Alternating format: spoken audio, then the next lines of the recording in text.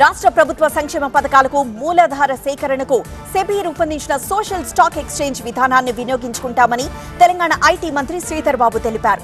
నిధుల సమీకరణకు SEBI, reserve bank నిబంధనలకు లోబడి బడా పారిశ్రామిక వాణిజ్య సంస్థల నుంచి పెట్టుబడులు ఆహ్వానించే ప్రణాళికపై ఆయన సచివాలయంలో ఉన్నత స్థాయి సమీక్ష నిర్వహించారు. ఈక్విప్ దేశీ, ఎన్ఎస్సీ ప్రతినిధులు ఈ భేటీలో పాల్గొన్నారు. ఢిల్లీ లిక్కర్ స్కామ్ లో అరెస్ట్ అయి ఢిల్లీ తిహార్ జైల్లో ఉన్న బీఆర్ఎస్ ఎమ్మెల్సీ కవితకు ఎయిమ్స్ లో వైద్య పరీక్షలు నిర్వహించాలని ఢిల్లీ కోర్టు ఆదేశించింది. 3 రోజుల క్రితం తీవ్ర జ్వరంతో రావడంతో జైలు అధికారులు కవితను ఢిల్లీలోని దీన్ దయాళ్ ఉపాధ్యాయ ఆసుపత్రికి తీసుకువెళ్లారు. అక్కడ వైద్య పరీక్షల తర్వాత వెంటనే జైలుకు తీసుకొచ్చారు. ఐవీఎఫ్ ఒక అధునాతన సంతానోత్పత్తి చికిత్స. అనేక దంపతులకు తల్లిదండ్రులు కావాలనే వారి కలను నెరవేర్చుకోవడానికి సహాయపడుతుంది. ఈ రోజే ఓఎస్ఎస్ ఫర్టిలిటీని సందర్శించండి.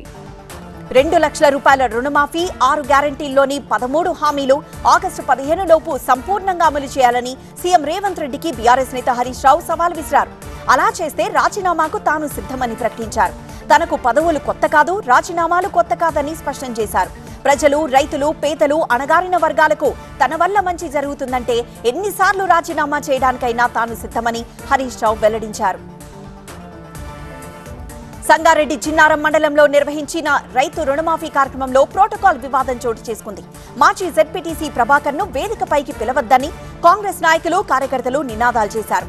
ఆయన వేదికపై నుంచి దిగాలని డిమాండ్ చేశారు. ఈ మధ్య కాంగ్రెస్ లో చేరిన పటాన్చెరు ఎమ్మెల్యే గూడెం మహిపాల్ రెడ్డి నచ్చజెప్పారు. మాచర్ల మాజీ MLA Pinnelli Ramakrishna Reddy bail petition ను గుంటూరు న్యాయస్థానం కొట్టేసింది. గుంటూరు 4వ అదనపు సెషన్స్ కోర్టులో పిన్నెల్లి బెయిల్ పిటిషన్ పై ఈ నెల 10న విచారణ జరిగింది. నెల్లూరు జిల్లాలో జైల్లో రిమాండ్లో ఉన్న పిన్నెల్లి పోలీసు విచారణకు ఏమాత్రం సహకరించడం లేదని ప్రభుత్వ న్యాయవాది కోర్టు దృష్టికి తీసుకొచ్చారు. పోలీసు విచారణకు సంబంధించి వివరాలను ఆయన కోర్టు ముందుంచారు. ఇరుపక్షాల వాదనలు విన్న కోర్టు బెయిల్ పిటిషన్ ను కొట్టేసింది. ఏపీ అసెంబ్లీ సెక్రటేరియట్ ప్రాంగణంలో ప్రవేశానికి ఉన్న 2వ గేటును చాలా కాలం తర్వాత తిరిగి తెరిచారు. ఈ గేట్ నుంచి ఎవ్వరూ రాకుండా గత ప్రభుత్వం కట్టిన గోడ తొలగించారు. అమరావతి రైతుల ఆందోళనతో పాటు వాస్తు కారణాలతో గేటు ముందు గోడ కట్టినట్లు సిబ్బంది తెలిపారు. కడప జిల్లా కాశీనాయన మండలం జ్యోతిక్షేత్రంలో ఆలయ పునర్నిర్మాణంపై 4 జిల్లాల ప్రజలు అభిప్రాయ సేకరణ సమావేశం జరిగింది. టైగర్ జోన్ లో ఈ ప్రాంతం ఉందని 2022లో ఈ ఆలయానికి అటవీశాఖ అధికారులు నోటీసులు పంపారు.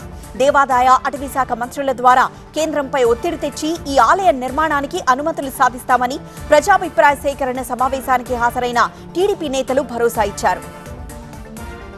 మంచిర్యాల జిల్లా చెన్నూరులో 2 వాహనాల్లో మహారాష్ట్రకు అక్రమంగా తరలిస్తున్న యూరియా బస్తాలను పోలీసులు పట్టుకున్నారు.